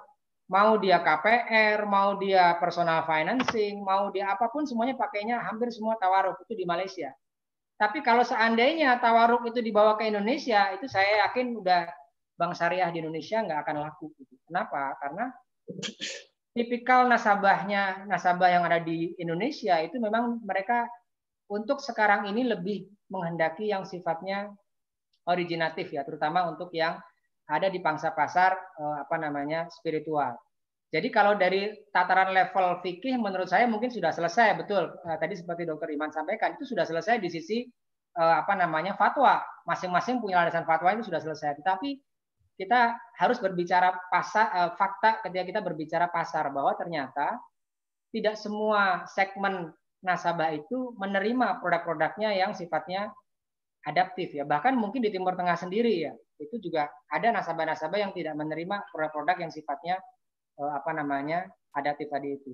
Nah, saya mau menjawab pertanyaan, lalu kenapa DSN itu lebih condong membuat fatwa yang bisa mengakomodir kebijakan-kebijakan yang sifatnya adaptif tadi itu ya. Nah, Ibu sekalian, DSN itu kan para ulama kita yang ada di DSN itu kan mereka menjawab pertanyaan, ya, menjawab pertanyaan. Jadi ada bank syariah yang ingin mengembangkan sebuah produk, mungkin belum ada fatwanya, kemudian ditanyakan, atau ada kendala kemudian ditanyakan. Tentu yang dibahas dan yang dikeluarkan di dalam fatwa itu adalah dari sisi aspek syariahnya, begitu ya. Artinya sepanjang kalau kita bicara memang kalau dalam fatwa itu sepanjang secara syariah masih bisa diakomodir, maka itu diperkenankan. Karena kalau kita lihat memang dari salah satu prinsip dasar yang dianut oleh Dewan Syariah Nasional kita adalah yang disebut dengan at-taisir al-manhaji. Intinya memberikan kemudahan bagi bank syariah dalam pengembangan produknya. Yang penting secara syariah itu masih bisa memenuhi, masih ada pendapat syariah yang membenarkan. Seperti itu. Tapi apakah kemudian kita juga harus mengikuti yang demikian? Juga tidak harus, Bapak sekalian. Artinya memang itu fatwanya ada, tapi juga tidak wajib bagi kita untuk bahwa kalau kemudian fatwa membolehkan adanya hadiah dalam tabungan misalnya, apakah kemudian kita harus berlomba-lomba memberikan hadiah dalam tabungan? Saya kira tidak juga seperti itu ya. Karena ini kita ambil contoh ya, DSN itu ketika dia membolehkan sebuah transaksi itu pasti banyak syaratnya, pasti ada syaratnya. Nah, kecenderungan Bapak Ibu sekalian, kecenderungan kalau kita dari sisi industrinya ya, kalau kita terlalu berpola yang adaptif, akhirnya hanya melihat sisi bolehnya, tapi kemudian meninggalkan sisi tidak bolehnya. Nah, ini yang bahaya. Ini yang sangat bahaya sekali. Misalnya, contohnya di dalam fatwa tentang hadiah dalam produk tabungan mudharabah itu ada syarat di mana hadiah itu tidak boleh merupakan menjadi sebuah kelaziman. Hadiah tidak boleh bersifat ighra. Ighra itu artinya menimbulkan angan-angan. Jadi orang akan menabung itu tidak lagi melihat kepada manfaat, tapi lebih kepada hadiah misalnya. Nah, itu boleh jadi akhirnya terabaikan gitu kan, terabaikan larangan-larangan tadi itu. Seharusnya tidak boleh juga, harus diambil semuanya ya. Kemudian bolehkah secara legal Bank Syariah di Indonesia mengimplementasikan fatwa standar syariah selain dari fatwa DSN MUI? Kalau itu sejalan dengan fatwa DSN, maka saya kira tidak ada masalah ya, tidak ada masalah. Artinya seperti yang tadi saya sebutkan, DSN itu sebenarnya sudah memberikan ruang yang cukup luas bagi bank syariah untuk berkembang, baik secara adaptif maupun secara originatif. Namun dalam konteks maslahat, kalau saya pribadi lebih menyarankan kita ambil pengembangan yang sifatnya originatif, walaupun secara fatwa itu diperbolehkan. Lalu bagaimana proses dan produk apa saja yang mulai dioriginatifkan di praktek bank syariah di Indonesia? Sekarang yang paling banyak itu murabahah, Bapak Ibu sekalian. Murabahah. Sekarang sudah mulai sebenarnya regulator walaupun dengan persyaratan yang terbatas, banyak persyaratannya, itu sudah mulai memperbolehkan bank syariah untuk menyetok barang. Ya, dengan syarat-syarat tertentu itu sudah boleh, bahkan sebelum ada pembelinya. Yang kedua, sekarang sudah mulai bank syariah itu menerapkan pembelian langsung. Ya, artinya nggak lagi pakai wakalah, langsung beli. Ya, bahkan ada juga yang menerapkan ketika akad dilakukan, barang itu sudah ada di depan kantornya. Itu juga sudah mulai ada. Jadi sebenarnya kemarin ada yang bertanya kepada saya, lalu produk originatif itu namanya apa? Ya, maka saya di sini bisa menggarisbawahi sebenarnya secara nama, secara akad antara produk yang originatif maupun yang adaptif itu sama. Bedanya di mana? Bedanya pada prosesnya tadi itu. Ya, jadi sekarang sudah mulai banyak. Dan sekarang pun juga sudah mulai ada upaya untuk mengoriginatifkan misalnya tadi di sisi produk tabungan, di sisi penghimpunan dana mudharabah, sekarang mulai digali tentang yang namanya mudharabah muqayyadah ya. Bagaimana bisa ada direct investment antara nasabah kepada kepada nasabah usahanya.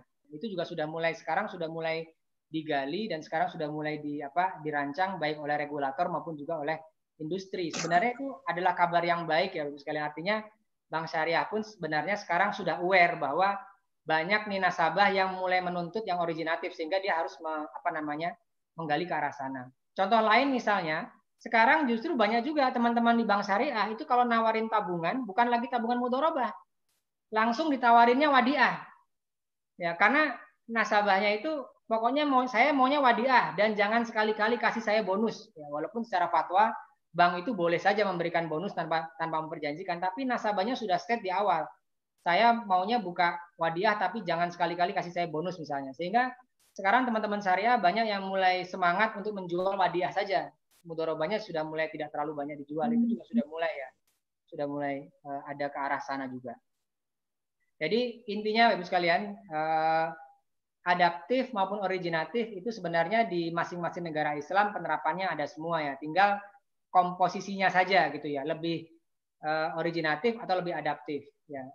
Misalnya dulu saya tidak tahu kalau sekarang ya. Kalau dulu seperti Sudan misalnya banyak dikenal mengeluarkan produk-produk yang sifatnya prosesnya ya, secara proses itu adalah originatif misalnya seperti itu. Dan sekarang teman-teman di fintech syariah itu banyak juga yang menggunakan pola-pola yang originatif ya, pola-pola yang originatif dalam memberikan pembiayaan kepada nasabahnya. Itu mungkin Mas Aib. Baik, syukron Ustadz Ardi. Baik, selanjutnya ke Ustadz Iman. Ini ada pertanyaan Ustadz Iman. Ya, bagaimana struktur produk yang berkembang di Oman? Apakah masih didominasi oleh debt-based financing seperti murabahah atau ada yang lain, misalkan profit sharing investment account? Ustadz Iman tadi sudah share di WA tadi. Monggo Ustadz Iman. Oke, syukron. Sebenarnya pertanyaan itu jadi dua aspek ya. Kalau kita ngomong ini PSIA itu adanya di liability side. Kalau ini debt-based financing adanya di asset side. Kalau ini profit sharing investment account itu yang di liability sides itu rata-rata industri keuangan syariah seluruh dunia, nggak hanya GCC, itu masih menerapkan ini on balance sheet. Meskipun sekarang Malaysia cuma salah satu negara yang ingin menerapkan itu di off balance sheet itu di Malaysia, tapi mereka juga melihat respon pasar. Jadi kita nggak bisa mengimplementasikan ini yang betul-betul ini profit sharing investment account, sedangkan nasabahnya nggak ada. Jadi itu ibaratnya kita menjual angan-angan ya. Seperti yang saya singgung sedikit di slide saya, bank is a bank. Dia adalah intermediary system. Bank is not baitul mal. Yang bisa melakukan banyak gerakan ini karena yang penjualannya nggak banyak, nggak seperti bank yang prosesnya memakan waktu. Jadi saya tekankan lagi di sini, kalau di Timur Tengah sama, di Timur Tengah itu sama, Sudan Timur Tengah itu rata-rata semuanya sama, ya. Kita nggak ada ngomongin ini adaptif atau regeneratif. Ini setiap produk itu ada uniqueness-nya. Itu kita jelasin ke nasabah. Karena saya nggak lama di Indonesia, jadi saya nggak begitu paham di Indonesia kok bisa ada yang originatif, ada yang adaptif itu. Kalau ini murabahah, dia menggunakan konsep murabahah yang real murabahah, bukan cuman secara belok kiri belok kanan aja. Jadi kalau ini kalau saya beli, saya tinggal telepon aja. Sekarang kan ini jual beli bisa tinggal telepon.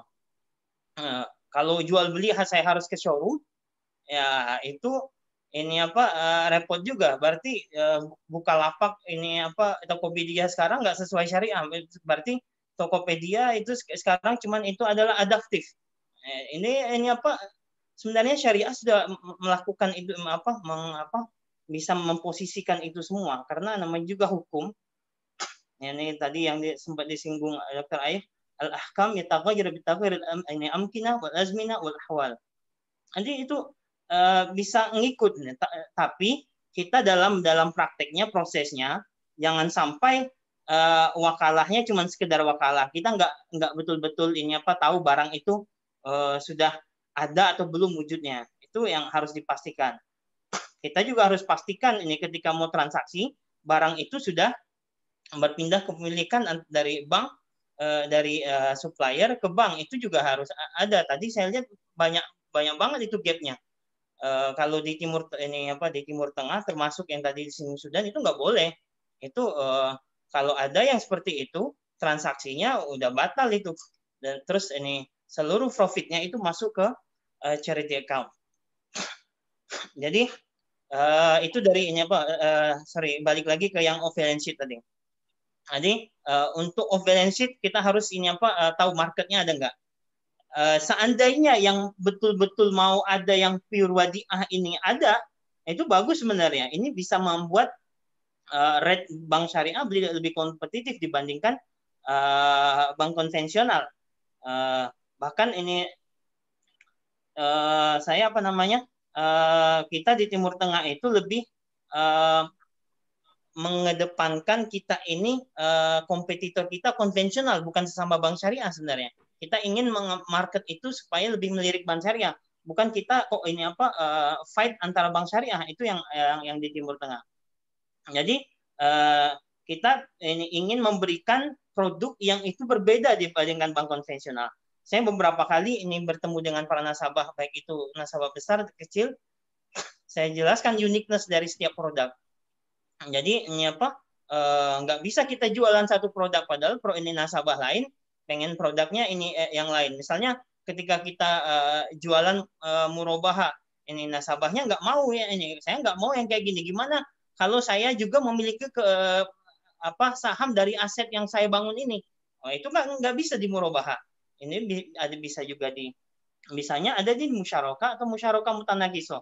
Jadi itu dalam praktek di Timur Tengah ya ini saya ini nggak tahu di Indonesia. Mungkin di Indonesia nggak mau memiliki barang, jadi produknya murabahah doang ya. Ini apa? Saya nggak paham kok bisa ada ini kajian seperti itu. Tapi kalau misalnya di produk wadiahnya banyak yang mau, nggak ada nggak ada kewajiban bank untuk membayarkan ini bagi hasil segala macam, itu akan sangat memberikan dampak positif bagi bank syariah. Sebagaimana banyak orang muslim sekarang yang nabung di bank konvensional nggak ngambil bunga. Itu makanya bank konvensional jadi kompetitif. Ini sebenarnya adalah kalau saya bilang kebodohan yang terorganisir. Kok ini relanya nabung di bank konvensional, terus bunganya nggak diambil, bank konvensional makin kaya, bank syariah Indonesia itulah makanya nggak berkembang-kembang. 6% aja berat banget. Baru Oktober tahun 2019 kemarin 6%. Itu pun dibantu oleh konversi Bank NTB Syariah dan Bank Aceh Syariah. Terus ini apa? Selanjutnya ini apa pertanyaannya?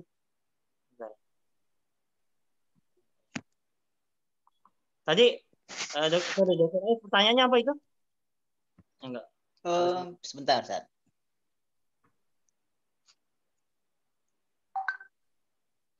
Perbedaan mendasar sebetulnya sudah terjawab ini. Perbedaan mendasar pelaksanaan bank syariah di Oman dan di Indonesia.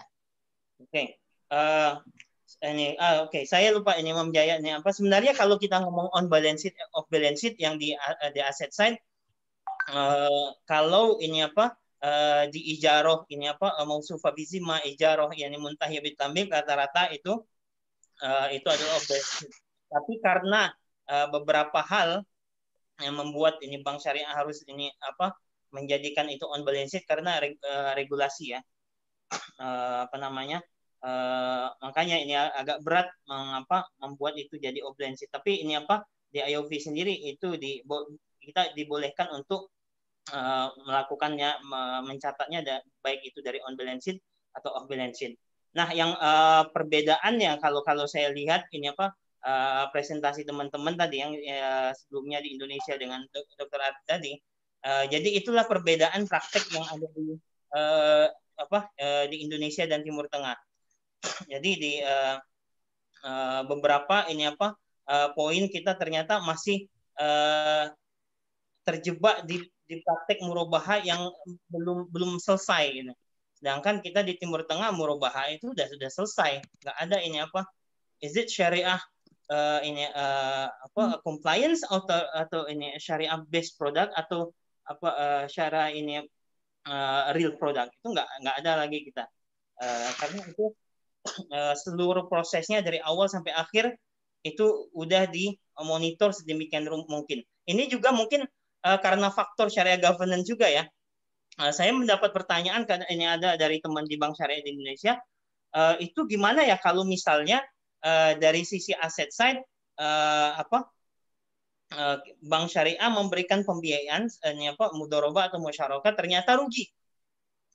Itu kan ini harusnya atau wakalah itu misal ini harusnya dari segi syariah audit itu langsung nangkep itu bahwa ini nggak sesuai ini nggak ini rugi. Nah, ini harus disesuaikan dengan ini di liability side-nya juga. Jadi jangan sampai yang di sini rugi, yang di sini kita masih ngasih keuntungan. No, biasanya keuntungan nasabah yang di liability side harusnya turun juga meskipun kita menjanjikan nasabah misalnya keuntungan 5%, tapi karena di sini rugi harusnya ini turun. Yang kita harus menginformasikan ke nasabah bahwasanya industri keuangan syariah lagi turun, jadi kita nggak bisa memberikan expected profit yang seperti yang tertera di perjanjian. Bahkan di Central Sharia Board pun sudah menekankan itu, bahwasanya tidak boleh memberikan expected rate itu sama persis 3 bulan berturut-turut, padahal on the asset side itu ternyata mengalami masalah.